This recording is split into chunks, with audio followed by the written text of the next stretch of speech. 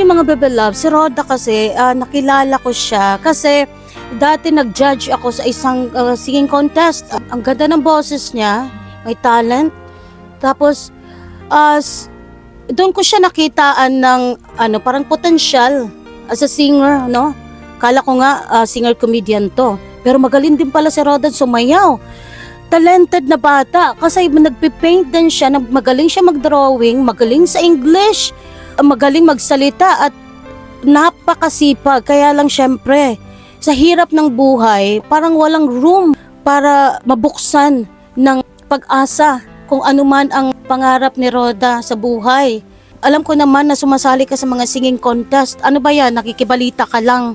Yung mga kaibigan ko, ma'am, naman nagsusuporta sa akin, sinasabihan ako, minsan inaano nila sa link, yung mga link sa akin para masalihan ko. So, Roda, paano yan, Roda? Kung walang mga singing contest, paano yan? Paano ka kikita ng pera? Dati-rati, ma'am, nagtitinda talaga ako, ma'am, naglalakad lang ako. Itinigil ko na lang, ma'am, kasi marami kasing nagsasabi sa akin bakit sinasama ko daw yung dalawa kong anak, naglalakad kami sa kainitan. Marami kasi talagang nakakilala sa akin, ma'am, na nagtitinda ako ng mga kakanin hanggang Okindo, ma'am. Okay, ako din, Roda, magko-comment din ako doon sa sinasama yung mga bata sa init.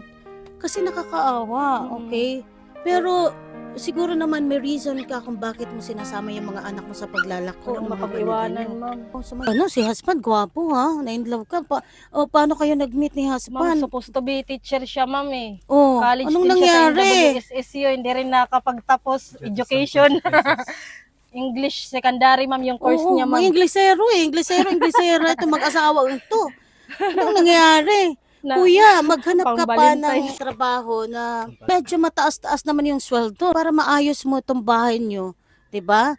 Sabi ng aking mga kasamang vloggers na si Wacket, si Benwali, mag-sample ka daw, Roda, sa kanta. Kasi sabi ko sa kanila, magaling kang kumanta eh. Ayan, baka mag-duet kayo ni Benwali. I should stay. I would only be your way. So I'll go, but I know I'll think of you in every step of the way.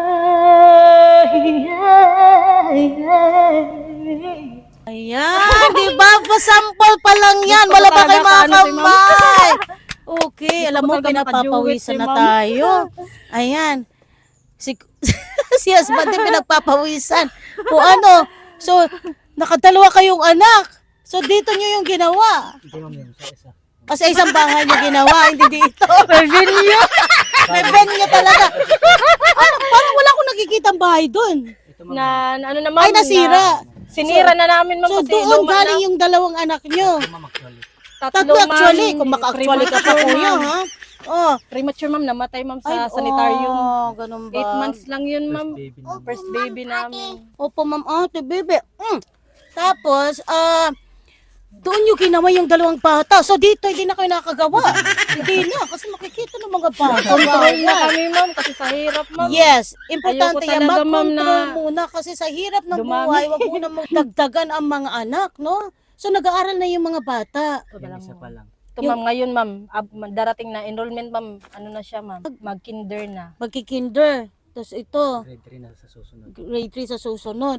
Sa susunod na pasukan, pumunta ka sa bahay, ha? Kung makapunta ka sa bibilan natin sila ng mga school supplies.